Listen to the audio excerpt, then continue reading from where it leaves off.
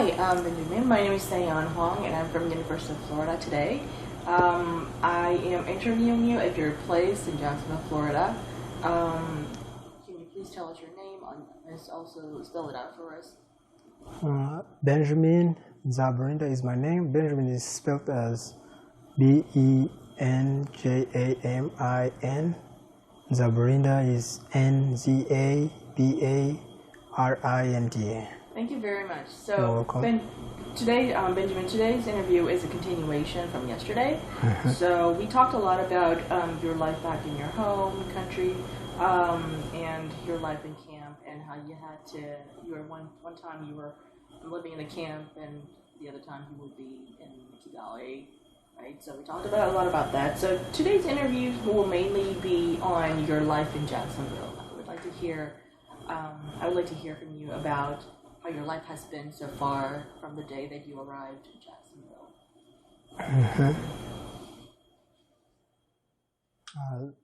Life has been good, of course, with some challenges, but there was always the way to handle almost everything.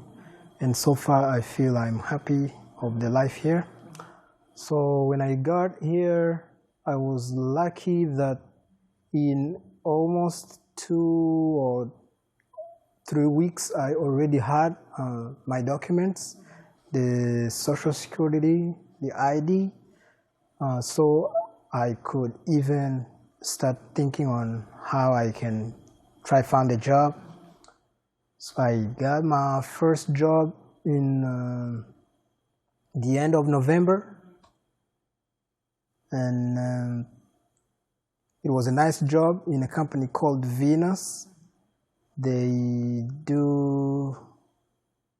have to do with swimwears and fashion wears.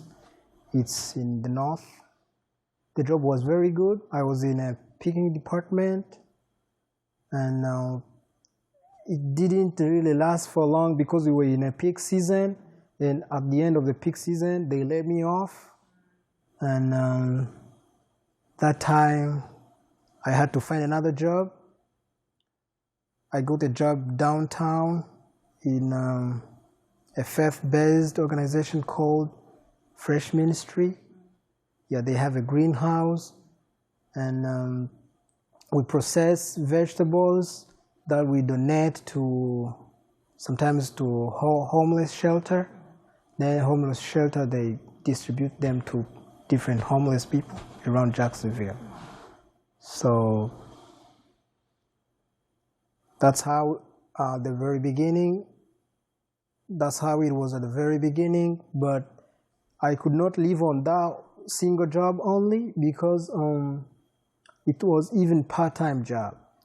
I was only working there. I'm actually even still there, but I work 5 hours a day from 7 to 12. So I had to find another kind of job that really makes me earn a lot of money. And I worked to another company called Dr. Pepper Snapper Group. It's a plant. They make drinks, soft drinks. They make juice, tea. So I was there in production department. I was a machine operator. Yeah. So far I do 2 jobs. It's very hard for me because I don't really sleep a lot. But it's good because I don't work on the weekend except when there's overtime. So I feel like from Monday to Friday I'm very tired, but on the weekend I relax, I stay with my family, I visit there are some 3 or 4 Congolese families here in Jacksonville. So we meet, we try to chill life on the weekend. Yeah, I also have a white family. They live in Middleburg. I always think about them. That's why, on such occasion, I can't avoid talking about them. So when you have time, either they visit me or I visit them. We share moments. Yeah, it's a very nice family. has helped me a lot to integrate in the new vastness of the country because they are native here. So they received me, they helped me a lot, they showed me, they took me to different restaurants, to different shopping places. They even gave me a car. Yeah, the first car that in fact, we got here in a period that was very, very hard. It was extremely hard that I can even say that the public transportation here is, I used to tell my wife that it's poorer than in Kigali. Because once I was waiting for the bus and by any accident it goes, I don't catch it, I could wait for 1 hour to get another one. So that family has donated to us a car. It's a very big thing for something amazing. So whenever we are free, we didn't work, we visit them or they visit us, and yeah, we share with them stories. I tell them about my country. I ask them about everything here. So they helped me a lot in as far as getting familiar with everything here is concerned. Yeah. How did you get to know them? It's through World Relief. They have, I don't know if it's a program. In World Relief, there's a program that consists of looking for volunteers who they pair with each and respective no families resettling here in Jacksonville. So I was paired to them, and I feel like they are my parents here. And I feel like they feel that we are also their sons. They are like friends because they got kids who are not of my age, so I can say that I really feel like I'm their kid, but because they are old enough, they are older than we are, me and Angelique, so I feel like they are my friends on one hand. I also feel like they are my parents on the other hand. Yeah. When they paired you up with a family, what were the main things that they were going to help you with? According to World Relief, or? According to I'm not sure whether World Relief knows what they are supposed to help in. Because besides that, I have a caseworker from World Relief who's paid for that. But for them, they are not paid for that. So for the caseworker, he got well-defined assignments for him to do for me, for the families, including taking me to the Social Security office, taking me to the appointments for health care appointments. It's a must for him because he is paid for that. But for the other family, it's every time that I needed something, I couldn't say, okay, I need to go shopping and call the caseworker. He couldn't do that. But for them, they just, they've actually have been there every time I need them, and every time they need to help me in anything that I even don't know that I needed. Like I didn't know I have to go to the African market. But they say, Benjamin is from Africa, and they probably don't find everything in Walmart, which is white, which is European, so let's take him to the African market. So World Relief did not know that, or did not, Benjamin, take him to the African market. Or they didn't say, hey, Benjamin needs a car, give him a car. So I don't know if I answered to your question, but they do what they think is really, for me, advantageous, and they did a lot. They did a lot. I can't say from ABC what they have done for me. Yeah. So it seems like you have a caseworker who helps you officially in the process, and then there's been this family that's been helping you with and every time sometimes due to the very tight schedule of the caseworker, some of the stuff that I would have done by the caseworker, some of those things were done by my volunteers. Yeah. They are friends. It's beyond. Sometimes Bennett is the little boy I was saying, hey Ben, we're gonna change the daycare for you. Where do you want to go? I want to go to David and Kelly's school. He thinks that it's the only family we know here. So they are very good for us, and what they did is beyond what they were supposed to do.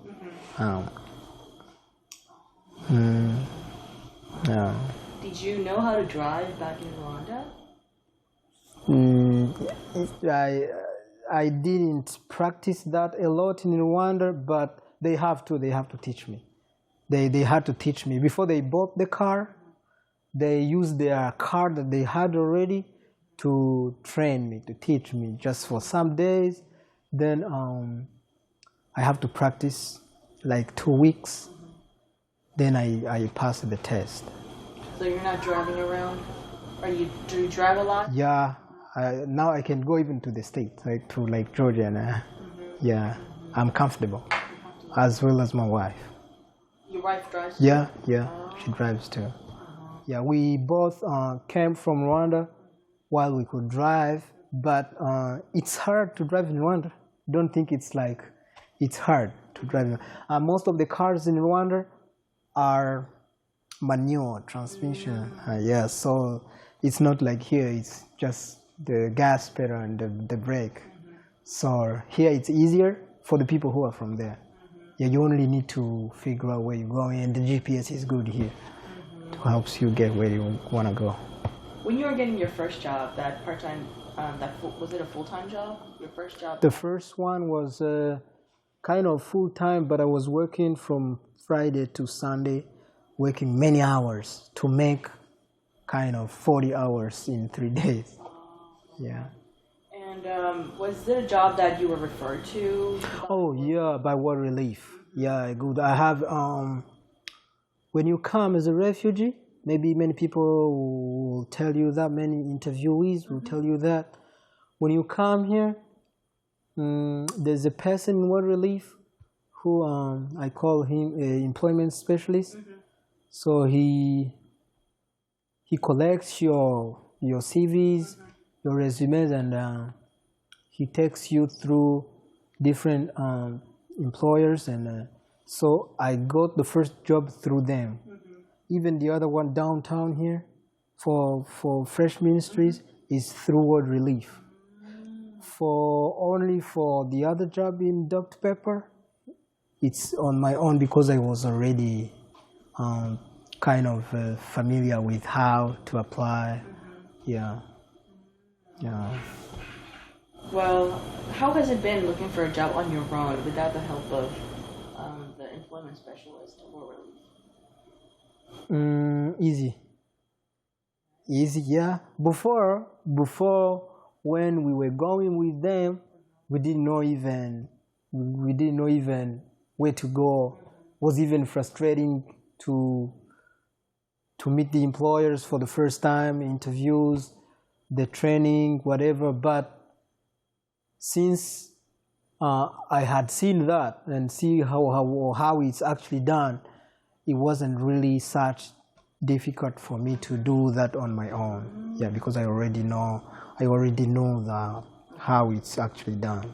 Do you think if World Relief hadn't provided you the service, the employment service before, do you think you would have been able to get on your own?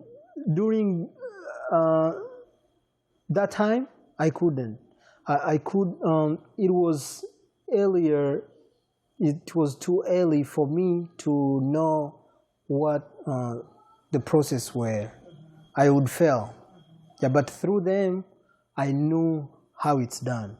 So if like a refugee comes here, they give him the food stamp and the social security and tell him, okay, go and manage, do whatever, just do what you can, find your job.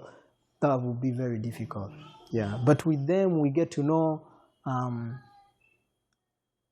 even the training. They give some training, some culture orientations. So you get to know really how the things are, the way you dress up for interview, the tips for interview. They tell us a list of staffing agencies you can go to. Yeah, they even teach you about different natures of the jobs here. So you know, actually they really help a lot. Yeah. Now, moving on to the next topic. So you have a child, and how is it raising a child in Jacksonville?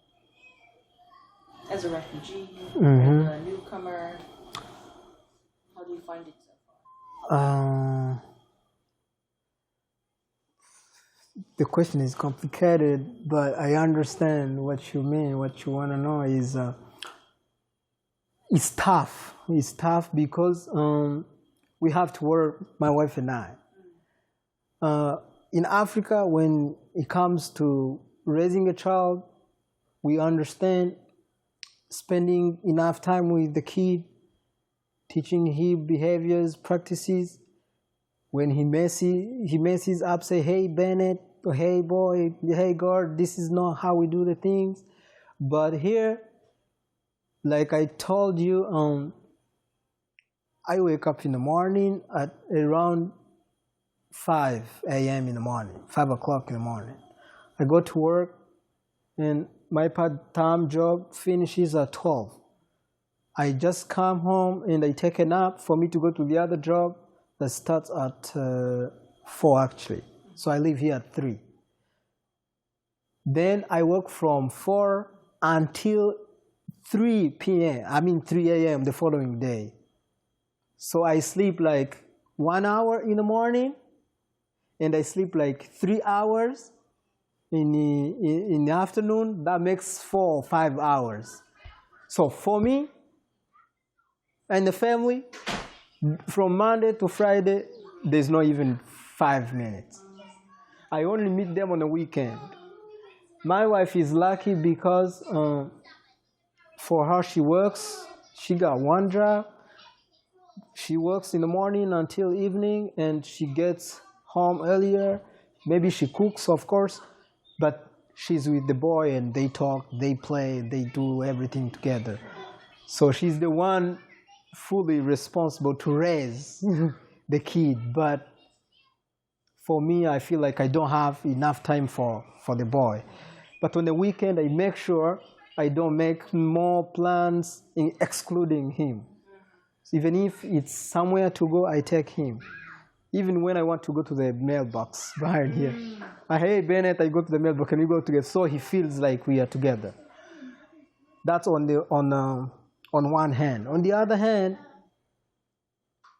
it's good because at least they go to school. He goes to the daycare.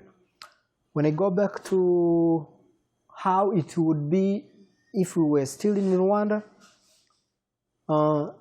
he wouldn't be going to the daycare right now. If I were there, I would wait until he turns 5 years, I think, to take him to nursery.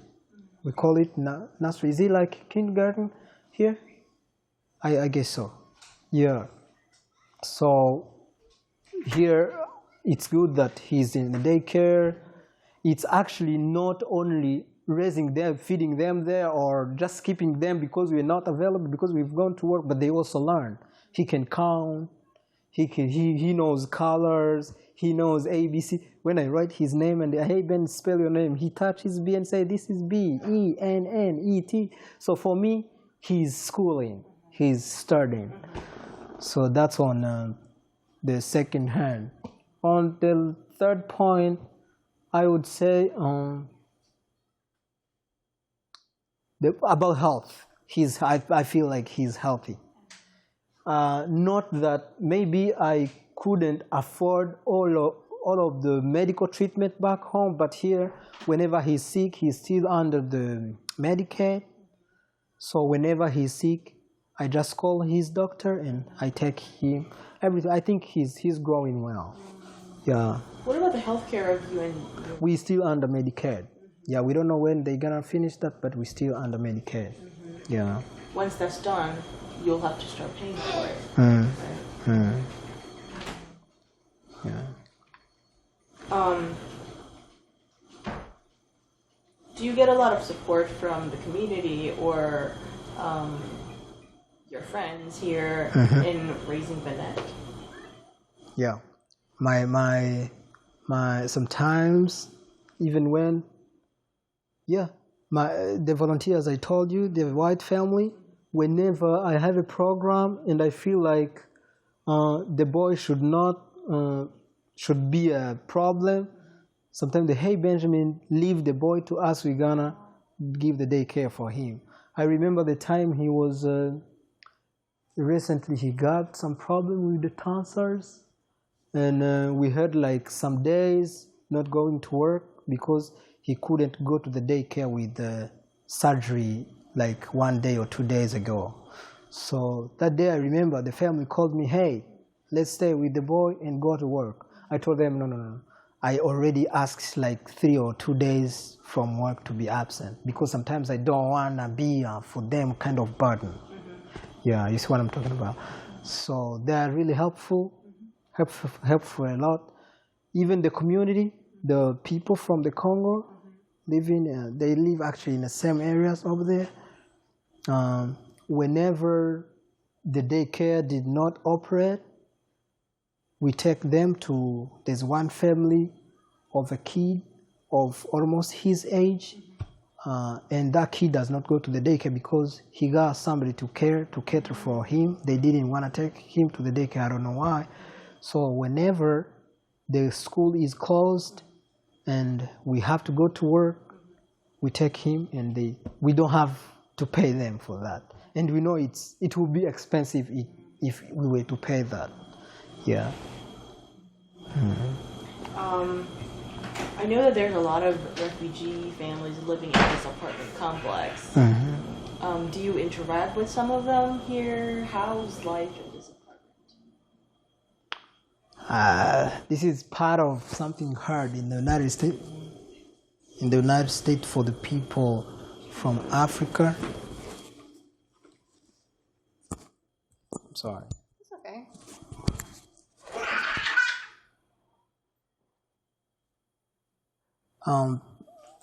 For people from Africa, everybody will tell you so, I think. People here are not social. Not at all social. But I understand it's because they are busy. And the only time they have, they want to rest or they want to enjoy, they want to relax. So here in the complex, it's like we don't have friends. We don't have close friends to the extent that maybe in the evening, maybe after cooking or eating, we go and chat with them. No.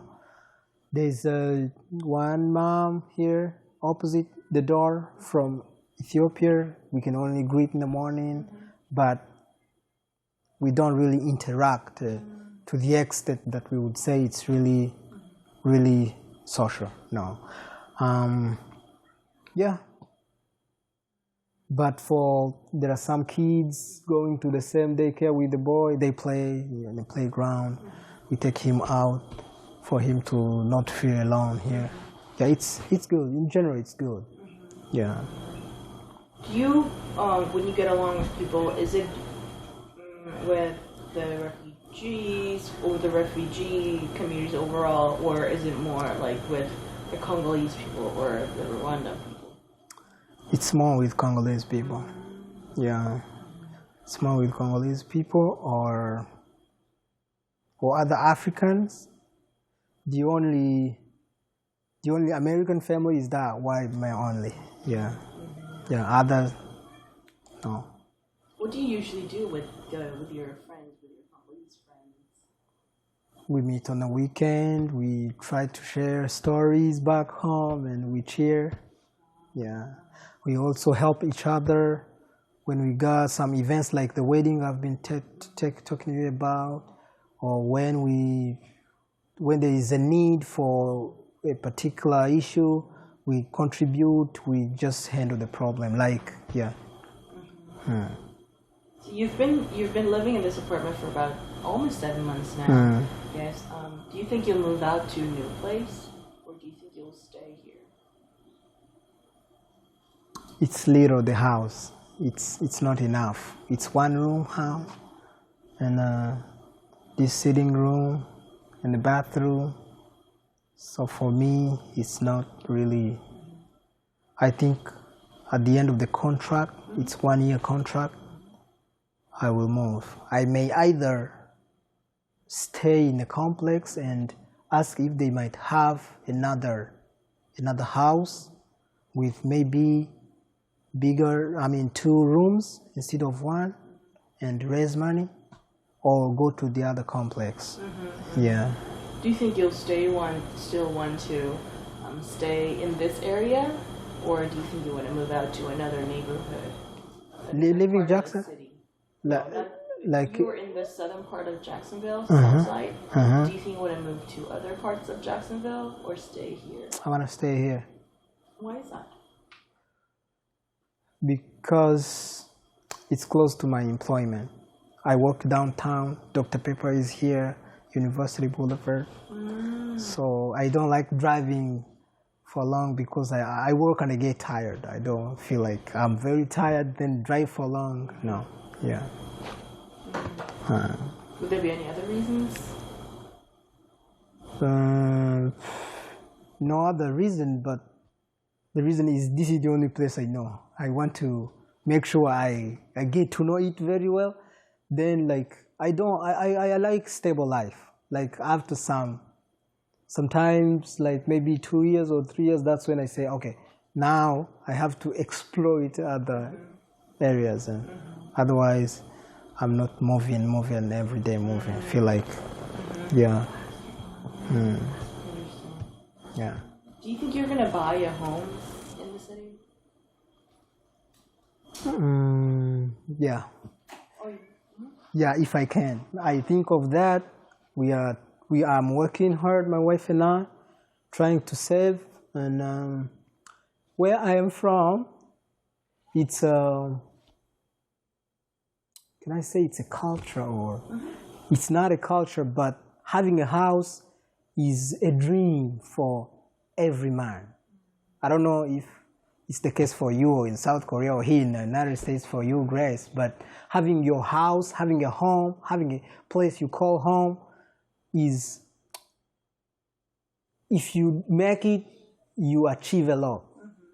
So since I'm working, my wife is working, so if you are trying to save every single penny, it's for us to have a house one day. So I really think I have to. Yeah, I still have to figure out how much do I have to save for me to do that, or how much is needed to have a mortgage, because I don't think I have to pay it right away. I can't really do that. I can't really have that much, but I still have to get enough information about that it's my wish. Yeah, for my wife and I. Are there any other goals you have as of now that you've been here for about half a year? Any other goals you have? It's very long term. It's very long term goals that I don't know. You can tell us about it. Getting a house is a very long term goal too. Yeah. Yeah. I think that one day I would be back to Africa. Yeah. Or maybe living both here in Africa. Yeah. I don't know if it's maybe the mindset that I have because I'm a fresh comer here, but I feel like I like where I am from. I like my country. I like my continent. So I think that sometime before I turn maybe 60 or 65, I'll be back to Africa. You want to be back in Congo? Especially in Congo, with a business. I feel like once I get enough money to start up a business, I wouldn't do that here, but back home. That would be my contribution to my country. Yeah. Yeah. So you just don't, it's not like you just want to visit it, but you want to go back and live there. Yeah. I have my kid. I may even have more. I don't want to influence them, or I don't want if they don't want to go back to Africa, I can't take them by force. That's why I think, like, if they want to stay here, that would be like I will be living here in Africa at the same time. But if I am to open a business, I have to do that in Africa, in my country. Do you have a kind of business that you want to have in the future? It's rough. It's still confused. Anything you considered?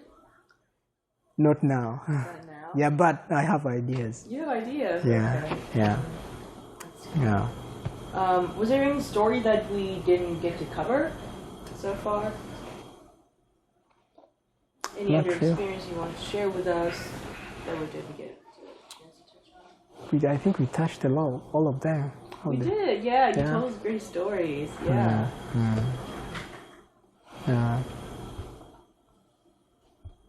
Unless maybe you have a very last question, but... Oh, yeah, my last question is, now that you've been here for half a year, I would like to know what you would recommend to the city officials, to the officials who make decisions for the city, if they were approaching you, asking you for a recommendation to make Jacksonville a city that is more catered to what the refugee communities need.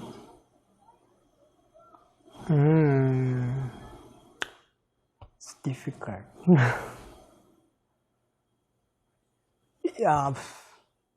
The thing I know is there are no more refugees coming in here in Jacksonville.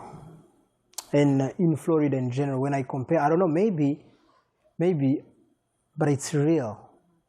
Yeah, they don't resettle a lot if I compare with other states. Like, I know many people in Arizona. There are hundreds of thousands of refugees in Michigan from my place. There are thousands of refugees in Kentucky and the states like Texas and Tennessee. And the thing I know, the feeling I have is refugees work hard. They work hard. There's nobody I know who turned the age to go to work, who is sitting home or engaged in drug abuse or whatever. They work hard to make money, they pay taxes, they pay their bills. Because they know what would happen if they were still in Africa, where unemployment is really scary. They know what would happen if they don't work here.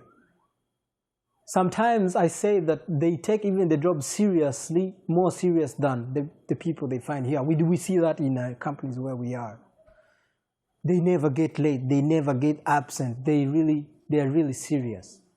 So I have a feeling that Jacksonville or Florida would put more effort to resettle more refugees because they contribute to the economy of the country. This is what I would say. But as far as the support they get when we get here, I would say it's enough. I don't want to say, hey, go ahead with the food stamp and whatever for 2 years, because the more they get it earlier, the more you also feel like, hey, I have to work. I have to get used to the place. I have to learn how to drive. I have to buy a car faster for me to be able to work. So far, the assistance, the government support, it's fair. Yeah. But the numbers they are bringing in is still limited. Yeah. So resettle more refugees. Yeah, because it helps a lot. On the other side, it's not only paying the bills and the taxes right here, but also I have a feeling that they also contribute to their families back home. Because on my every single check, and my wife's every single check, we send some money to our moms back home. Because we know that their life they're living over there is very tough. So they're helping UNHCR over there. US by resettling people, it's also helping refugees who remain there. because I don't know the percentages right way, but I know that on 100% they resettle not even 1%. So not all the refugees will be resettled. Even if I'm saying they have to, even if I'm wishing to put more effort to resettle more, they won't be able to do that to the extent that we can feel it's really, really at the very climax. But they can try, but in trying, they have to know that they are also solving problems on the ground. Yeah, because like for the families with many people around here, they live somehow better life. Sometimes they even move them from the camp. They rent some houses outside. They send them money for everyday life. You see them a little bit smart. Yeah. I didn't talk about this one, but it's a very important point. Yeah. No, I'm glad that you brought it up. Yeah. All right. Unless you have something to say, I guess it's the end of our interview today. Is to thank you. Why? Why do I thank you? Is every single person who takes time to understand a refugee, for me, it's a voice. It's a voice for the refugees. I don't know who's gonna use the video. I remember my volunteer when one day she told me, it's actually wife and husband, but the wife is the one who signed the contract with the World Relief. She told me, I got interested to take your family, Benjamin, because I watched a video from Syria, from what's going on in Syria. So I guess maybe somebody would also be inspired when he or she watches the oral history we are giving right now. So I thank you, because this effort, it's not gonna be only beneficial for research, as you say, for scholars, but even for some philanthropic people. When they hear, they understand, I was going to say kumbe. Kumbe is in my language. Yeah, there are really people who are coming in as refugees, and they understand that refugees are not stupid. They come here with, of course, limited knowledge about what's going on here, but they catch up very quickly because they go to work, some of them go to school. So I think that they understand that we struggle a lot and we definitely make it. They understand that we are not coming and add more burden on the country, but we solve some of the problems. Yeah. We are not here only to consume. We consume and produce. So when you consume and produce, you are not a burden. You are not a problem. Yeah. Yeah, well, thank you very much, Benjamin. You're welcome. Great. Yeah, I think I could really take some quotes out of your last one. Yeah, that's what you said in the interview. But yeah, thank you very much for your time. We appreciate you letting us be at your place. Thank you. Wonderful, and the food was great. Yeah. Thank you.